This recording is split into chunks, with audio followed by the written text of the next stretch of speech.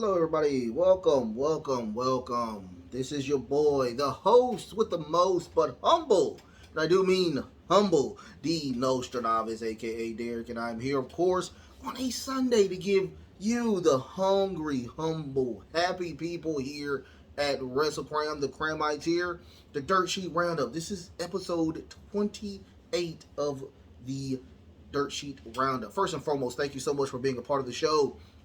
If you're watching it today, you're watching it tomorrow, you're watching it next week, I truly do thank you from the bottom of my heart to the depths of my loins. I truly do thank you. Without you guys, it truly wouldn't be me. If you want to help me even more, go ahead and like, share, and subscribe. We're actually over 200 now. 200 subscribers. Thank you so much for the love, the support. I know I've been going for a while, but I'm back. How about that? Great things. Good things come to those who truly wait. I will say that. Let's talk about it. I know I've been gone for a while, probably a month. I've been gone for a month, and when I tell you that the dirt sheets just keep going, they keep coming, they keep rolling, and it happens. It truly happens. I've been out, and I know a lot of stuff is going on, of course, and I know a lot of people don't want to say it, but we're on the road to WrestleMania as well. So, what more can I say? What more can I say? There's way more that I can say, of course, because the Dirt Sheet Roundup keeps going, it keeps trucking. So let's go ahead and keep going on. We're going to talk about the Kenny Omega and WWE. Also, we're going to talk about Sami Zayn and Roman Reigns Part 2. I got some stuff about Eddie Kingston. It's something bigger than the I Quit AEW thing that is going on in AEW. Also, the last thing I'm going to talk about is Miro and Scorpio Sky. What's going on with those two gentlemen. And I said final, but that's going to be the final news. Also, I'm going to give you my predictions for AEW Revolution. That happens today. One more thing before we even start. I've been making shirts or whatnot. I've been trying to get a design going on, and I want to give this out. I want to show this, and I thought this was pretty cool. These are going to be the official colors of AEW of WrestleCram. I have that right here. Look at that. That looks awesome. Awesome. And right here as well. Look at that. Oh, that looks nice. Isn't that cool or whatnot? I got that shirt here. Finally got it in from Rush. Is it Rush Order? RushOrderTees.com. You can go to RushOrderTees.com. Shout out to RushOrderTees.com. Thank you so much for making that shirt for your boy.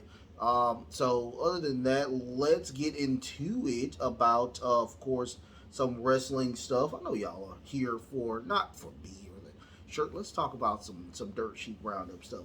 So, the WWE and the relationship with Kenny Omega, I'm thinking a little bit fizzled now, due to the fact that, Cody Rhodes, respectively, came back to the WWE and with a huge pop. I mean, when the pop is that big, it makes no sense that they are trying to pick up anybody else that's huge like that.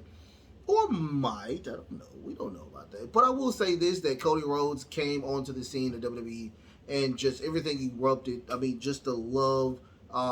Also winning the love and respect from that match in Hell in a Cell with Seth freaking Rollins. Getting injured, coming back at the Royal Rumble to win the Royal Rumble, and now being the headliner at WrestleMania. Let's think about it. Let's talk about it. So, quite frankly, the Elite, which is Kenny Omega and the Young Bucks, they are their contracts are, I'm thinking, going to expire pretty soon. And, I truly think that they are not probably going to renew those contracts with AEW. The way I truly think it's the writing in the wall. I truly think that this is over. That this relationship between Tony Khan and the Elite are pretty much Dunsville. Now, Let's dig a little deeper, of course. I guarantee all of this does erupt from the brawl out. And if you don't know what happened in the brawl out, long story short, CM Punk and the Elite, they got into it. There were firings, there were suspensions, there were titles revoked. A lot of stuff happened in the brawl out on the outside and the inside, resulting in, of course, CM Punk being he was injured inside the ring. He should be on his way back pretty soon. And, the Young Bucks and Kenny Omega being, of course, suspended for 3 months. Now, let's fast forward. Let's get into it right now. Once again, Kenny Omega is probably not going to renew with AEW, and I guarantee that I put money on it that the only step that I could think of is him going to the WWE, which would be the smart move for anybody to go to the WWE. Now,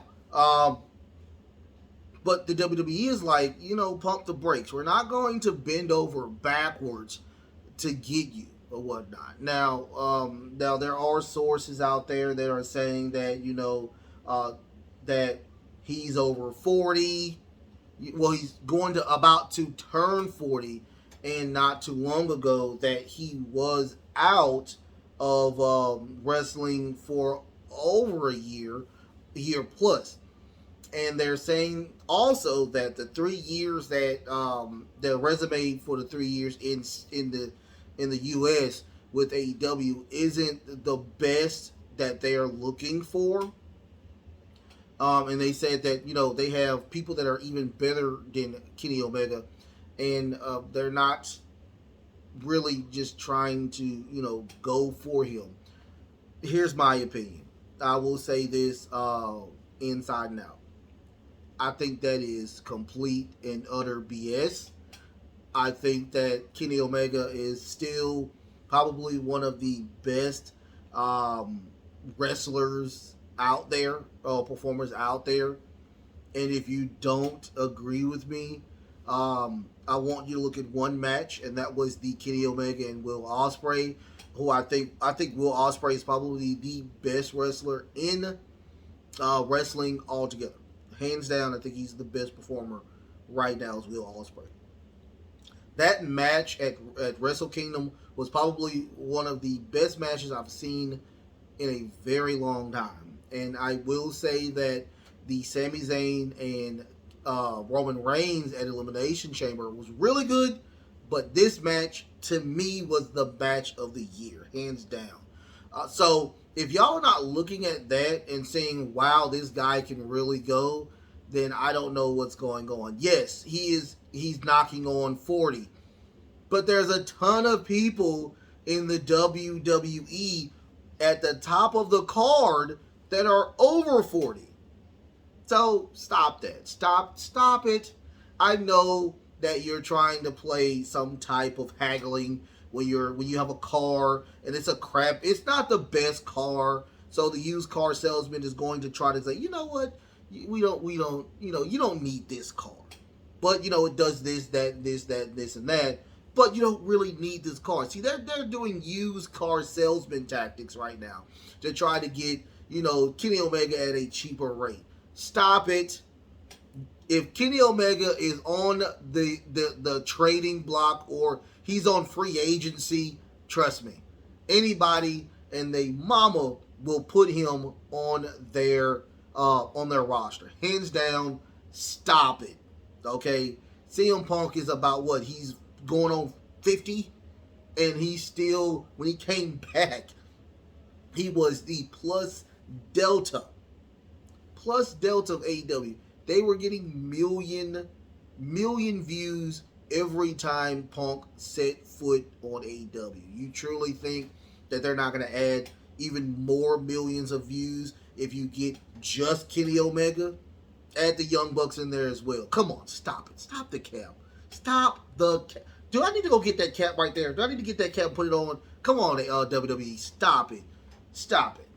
I'm just telling you the truth. I didn't even read the stuff that I even wrote down. Like I wrote the script down. I didn't even read most of it because this is crazy. This is just crazy.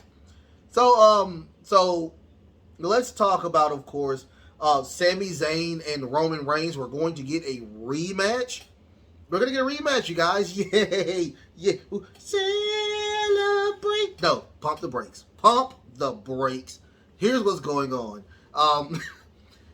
They're not going to have a match like a paper or premium event. I'm sorry, premium event type match. This match is going to be at Toronto and is going to be a house show match. Oh, boo-hoo. Oh, stop it. Stop it, stop it. Not a lot of news that came out this week, so stop it. And I wanted to talk about this because it's pretty funny. So, the Bloodline storyline, to me, I think is probably one of the greatest storylines ever in wrestling. I think the rivalry between Roman Reigns and Sami Zayn will probably go down as probably one of the greatest rivalries in the history of the WWE as well. I mean, it's going to be up there with the Andre the Giant and Hulk Hogan, or the Mega Powers Explode, or Shawn versus Brett. This is going to be one of those type of rivalries. And I will say this forever. Roman Reigns is probably one of the greatest champions. No, I double down on it. Let's double down on it. Roman Reigns is the greatest world champion in WWE history. I said it. In the comments, what do you agree? Do you not agree? I don't care. I truly think that Roman is the best world champion to ever lace the boots up, hands down. Well, he don't even wear boots. I think he wears Nikes, or I think he wears Jordans. But anyway, I digress. So, Sammy and they were supposed to have a tag team match. It was supposed to be Solo Sikoa and Roman Reigns versus Sami Zayn and Kevin Owens. But the thing what happened is that the storyline is not progressed enough for Sami Zayn and Kevin Owens to actually have a tag team back together. Not just yet. Because if you are looking at wrestling like I am, they are still kind of beefing. They are still have not reconsoled as a unit. We already know that those tag teams will be at WrestleMania, defending. The Usos will be defending those titles against Kevin Owens and Sami Zayn at night one. I guarantee that that's what's going to happen. So, but they have not rekindled their friendship yet, due to the fact that, you know, if you look at it, he's saying, hey, you need to get with Kevin Owens saying you need to get with Jay. Apparently, Jay is out of the bloodline, so I don't know. It's the storyline is just so good. It's so good. It is so freaking good. I love it. So, but they will have a match in Toronto at a house show. And it's non-canon. It's non-canon, but it is for the WWE Undisputed World Titles. Of course he's gonna lose. Of course he's gonna lose. I mean, if he wins, that'd be the craziest thing in the world, because we already have set in stone Roman Reigns versus Cody Rhodes for the main event at night 2. So I mean, that doesn't make any sense. But they are going to please the people there at Toronto. This is one of their Road to WrestleMania house shows, premium events. No, this is not open to the public. No, we will not see this on TV. So it is what it is. It is it's gonna be some fun, some happiness that's going on with those two. Hopefully they have a great match, just like they did at the Elimination Chamber, which I think is probably one of the greatest matches that Roman Reigns has ever did in his tenure as the undisputed World Heavyweight Champion. Something I want to talk about right now that I've been writing on, and we're going to another segment. All right. And I wanted to talk about this because this is very interesting to me. Eddie Kingston quit AEW, and I put this on like one of the feeds that I do on one of the groups that I do on I work with, not only work with, I mean, I just post stuff on their Facebook page. Shout out to y'all. I love y'all so much. But I did that, and I was like, is this kayfabe? Like, what is going on? Is this true? Is it not true? And I was like, okay, so it's technically not true that Eddie Kingston quit AEW. He quit the AEW brand or whatnot. He's actually still with AEW. He's just on the Ring of Honor now. And, the first episode of Ring of Honor, Eddie Kingston did challenge Claudio Castagnoli to a match. It looks like it's going to be at Supercard of Honor, which is that weekend of all of the craziness that's going on with the WrestleMania. A lot of stuff happens when that goes on. So he calls himself a independent contractor, which I thought everybody is an independent contractor. Last time I checked, everybody is an independent contractor when it comes to being, a wrestler. So, but he is going to defend. He's going to, face Claudio for the title. Hopefully he wins that bad boy. I do like Claudio, but, it's time for somebody to get that belt. Now, once again, do I think it's something bigger, something deeper than that? Yes, I do.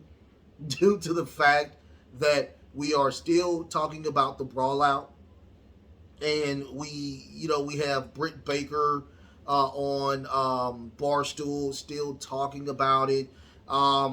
Eddie never even sniffed any type of title that was with AEW. Now you push him to Ring of Honor. I don't know. It just seems like something's very weird going on. Eddie Kingston was a draw. Hands down, he was a draw when it came to anything that consists of the AEW brand, Rampage or Dynamite, giving out really great matches. But never sniffed a title? Huh. Let's think about it. Think about it. Now, am I going into conspiracy theories? No, I don't think I am. I truly don't think I am. But he's one of the only people that never went to WWE or whatnot. We have people coming from WWE coming to AEW and getting title shots, even title runs, but not Eddie Kingston. I mean, Eddie, I truly think he would have been a really great world champion, holding that title for at least 6 months. I mean, let's all be real. Now, do he need to defend that title every single day like Jon Moxley? No. I think MJF is doing a great job by honing his skills, not defending that title all the time. Roman is never really there, and he still is captivating every time he gets there. The love, the admiration, the respect that he gets, not even being there or whatnot. So, I mean, MJF is doing a great job. So, Eddie Kingston. What is going on with Eddie Kingston? I truly think, in my heart, in my brain, that Eddie Kingston was probably forced to go to Ring of Honor. I think that the writers are done with Eddie Kingston when it comes to them trying to put up some type of storyline. I truly think that he was one step out of the door when it comes to, this is just my opinion. I truly think that, it was like some type of situation where it's like, hey, either you go to Ring of Honor or you're probably not going to get any more airtime. I hate to sound like that. It just seems like something's deeper, something's more that we're not getting from this storyline, and hopefully I'm wrong. I pray that I'm wrong, but you leave to go to a show that's not even on network television that you have to pay $10 for, which is a legit $10, by the way. Honor Club is a legit $10. But you go to a lesser audience and we get this or whatnot. I think Eddie Kingston is bigger than Ring of Honor. I think he should be on the main roster. I think he should be, one of those people that is literally trying to get a title shot. I mean, I'm just being completely honest. I may be wrong. In the comments, what do you think? In the comments, what do you think? Am I wrong? Am I right? Okay. So on to the next segment where I will talk about Miro again. I've talked about Miro a million gazillion times. And we're going to add Scorpio Sky to the mix as well. Both former TNT World title holders, Miro and Scorpio Sky, are completely healthy and ready to compete.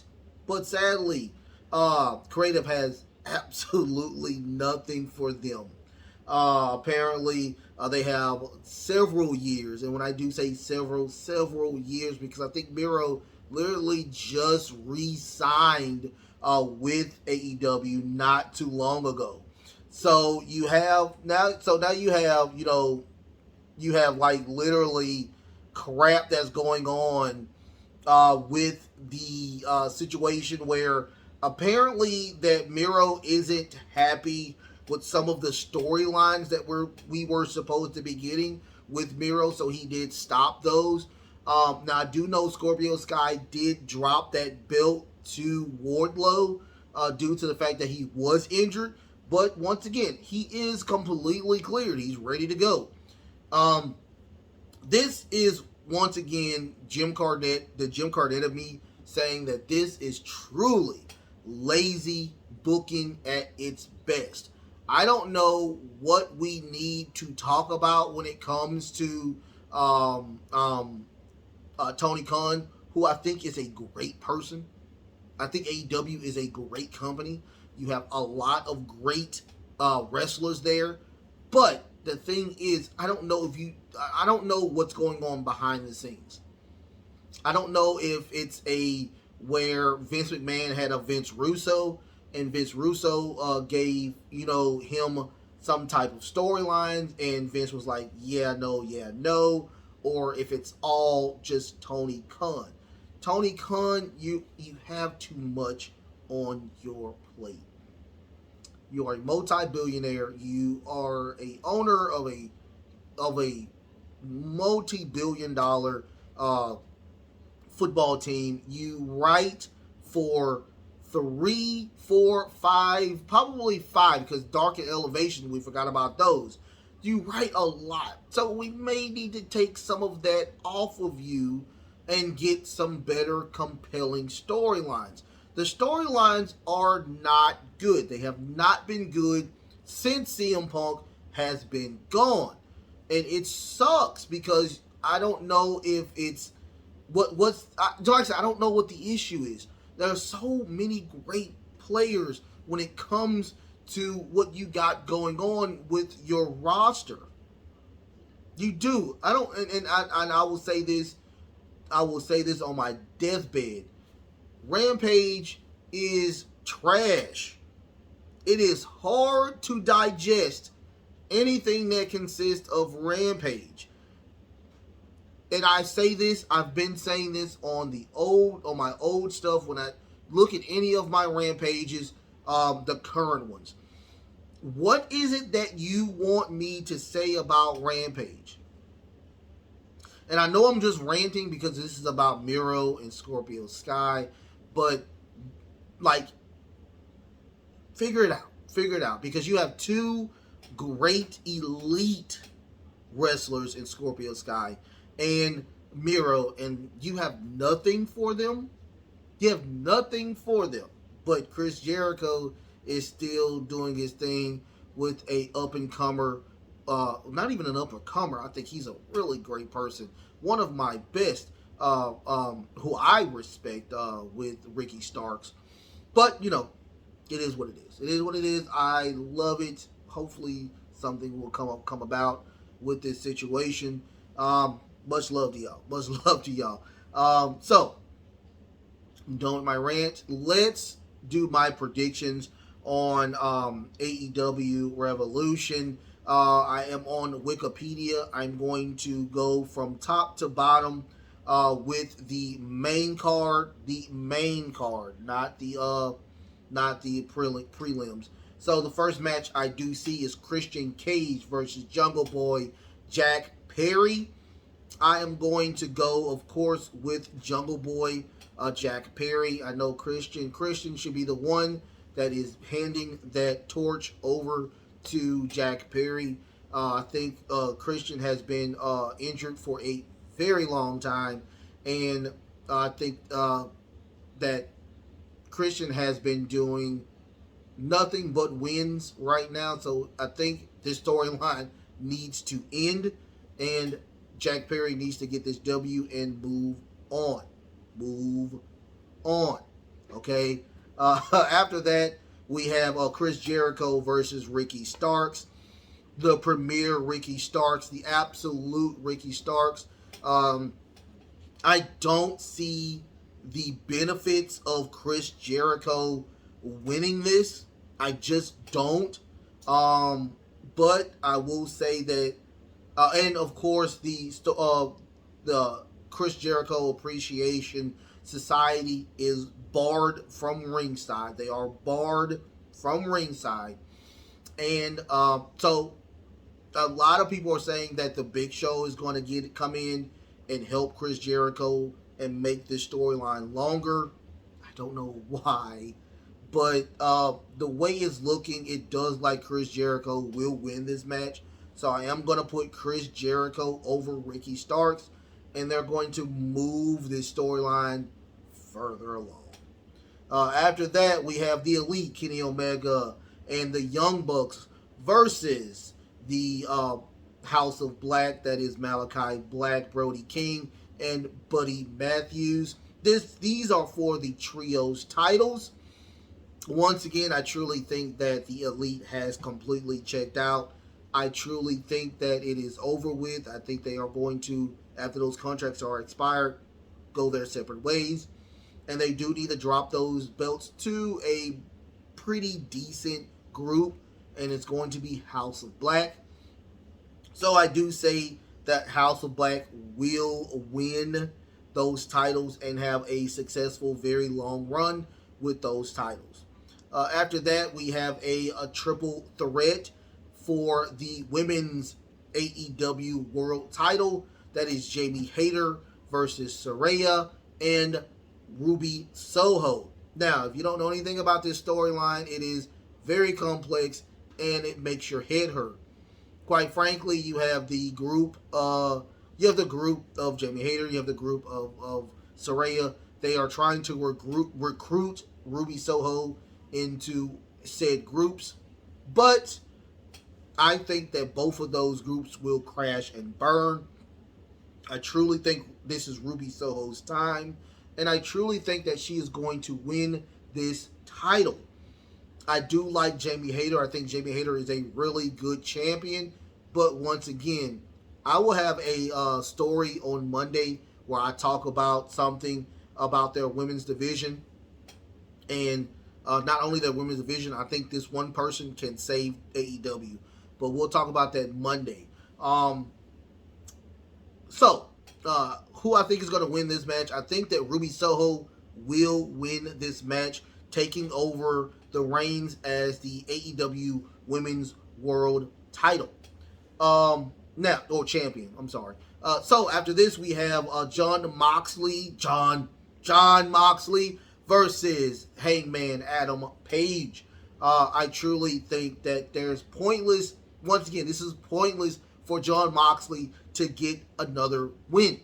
It is time for Adam Hangman Page to win and move on to another storyline. This has to happen, ladies and gentlemen. This has to happen. So I do have Adam Hangman Page winning over John Moxley. After that, we have Samoa Joe versus Wardlow. Come on, really? I truly think that Wardlow's going to win. He just talks about his dad who has passed. I don't see anything else with Samoa Joe having that belt. I think that they are going to move Samoa Joe to Ring of Honor on a full-time basis due to the fact that he is still the Ring of Honor television title holder. So Wardlow will win that title, but I guarantee what's going to happen is that Wardlow is going to drop that title to Hobbs. He has to lose that belt to Hobbs.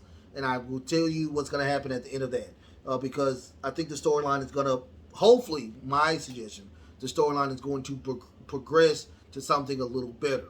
Now, after that, we have the Guns, who are the retaining AEW tag titles, versus the Acclaimed and Jay Lethal and Jeff Jarrett versus Orange Cassidy and Danhausen. This is a fatal four-way for the AEW titles. I will tell you this straight up. This is too much going on at one time. I'm sorry. Too much going on at one time. I don't see this ending good. I do see Danhausen taking, of course, taking the pin because everybody else is really good in this match. I don't see the Guns losing the titles though. Yes, the Acclaim are the one that are completely over, but I don't see them losing these titles. I mean, winning these titles. So, and the Guns just won these titles. Yes, they are not the best when it comes to anything that consists of, being, they're a charisma vacuum to me. They're supposed to be part of the firm. Are they still part of the firm? I'm lost behind that as well. So I don't know. That firm was just a crash and burn type situation. But I do see the Guns retaining these titles. On to the main event. This is a 60-man Iron Man match between yours truly, the champion MJF versus the American Dragon Bryan Danielson. My heart says Bryan Danielson should win this match. But unfortunately, MJF just won this title. So I guarantee that MJF will retain this title in some type of crazy faction. Some type of crazy shenanigans. Some angle is going to happen where MJF does win this title. So let's go ahead and go back to what I think is going to happen. My freaking tablet did, of course, time out on me. So I do have, I'm sorry, I have Christian. No, I have Jungle Boy over Christian. I have Chris Jericho over Ricky Starks. I have House of Black being the new trios titles. I have Ruby Soho as the new women's world title. I have Adam Hangman Page over John Moxley. I also have Wardlow being the new TNT champion. I have the Guns retaining, and I have MJF retaining. Now, here's the thing. The reason why I have Wardlow losing that title to Hobbs is that I truly think the next contender for that world title should be Wardlow. Wardlow should be the next person to eventually lose to MJF. Once again, y'all put y'all's suggestions in there as well. Like, share, and subscribe. Like, share, and subscribe. I love y'all so much from the bottom of my heart. Y'all, make sure y'all are loving one another. How about that? Love. Okay? I'm going to have another shirt that has my ending slogan on there as well. Until next time. Love, peace, and of course,